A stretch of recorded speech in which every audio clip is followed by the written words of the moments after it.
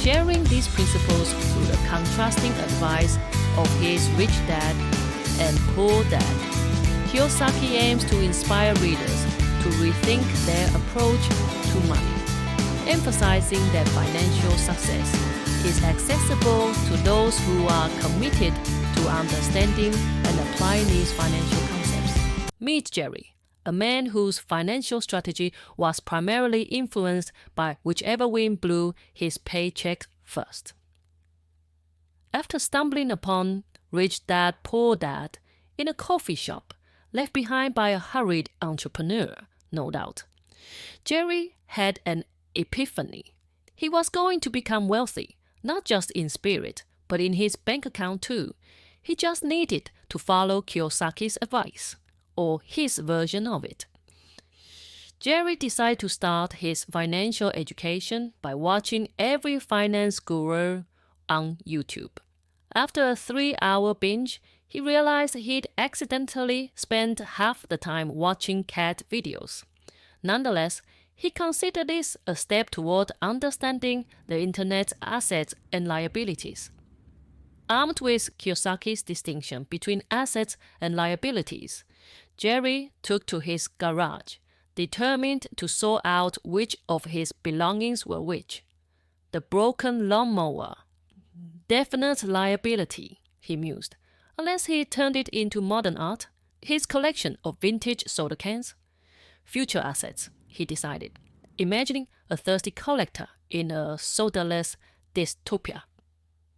Jerry embraced the rich dad's mindset with gusto.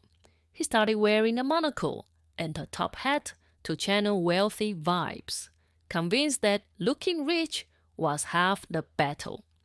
His neighbors were puzzled but intrigued by his newfound confidence and fashion sense. Jerry was particularly struck by the idea of making money work for him. He tried talking to his dollars, encouraging them to go out and find more friends to bring back home. Despite his heartfelt speeches, the money stayed put, leading Jerry to conclude he needed a better recruitment strategy. Inspired to take risks, Jerry invested in llama farming. On a friend's suggestion, the llama were the next big thing in urban pet trends. While the return on investment was less than stellar, Jerry's llama drama YouTube series, documenting his misadventures in llama herding, gained a surprising following. Jerry decided entrepreneurship was his true calling. As Jerry turned his blog into a popular book, he became the top 10 author in Amazon. The unlikely financier continued to grow. So did his realization that his true calling might just lie in the intersection of education, entertainment, and empowerment.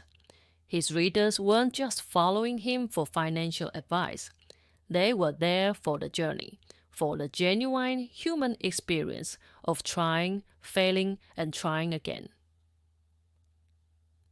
In his new book, Jerry proudly admitted he interpreted Kiyosaki's lessons through his unique lens and also promoted his new adventure, leading to some delightful misadventures on his journeys to financial wisdom. Jerry became an evangelist of financial literacy, hosting seminars in her living room for an audience of houseplants. He believed in starting with a crowd that wouldn't criticize his lack of PowerPoint skills. His cactus, Spike, was particularly unmoved by his arguments on diversification. Taking the advice to focus on his assets, Jerry started the business selling DIY origami wallet kits online. He believed that if people could fold their wallets, they'd be more inclined to manage their finances. His first review read, "Fascinating concept, but my money keeps unfolding itself." This was his first blog post. Jerry, inspired by the book's discussion on taxes, decided to write a musical about it, aiming to make tax history engaging. The chorus line, "Rebate, deduct, evade and pay," had his neighbors knocking, not for an encore, but to gently ask if everything was all right. Jerry embarked on creating his currency, Jerrybucks, intended to circulate among his friends as a new form of trade. The economy of Jerrybucks crashed quickly when his friends realized the exchange rate heavily favored items for Jerry's own fridge. The startup's CEO, bewildered yet amused, decided to keep his own for sheer creativity.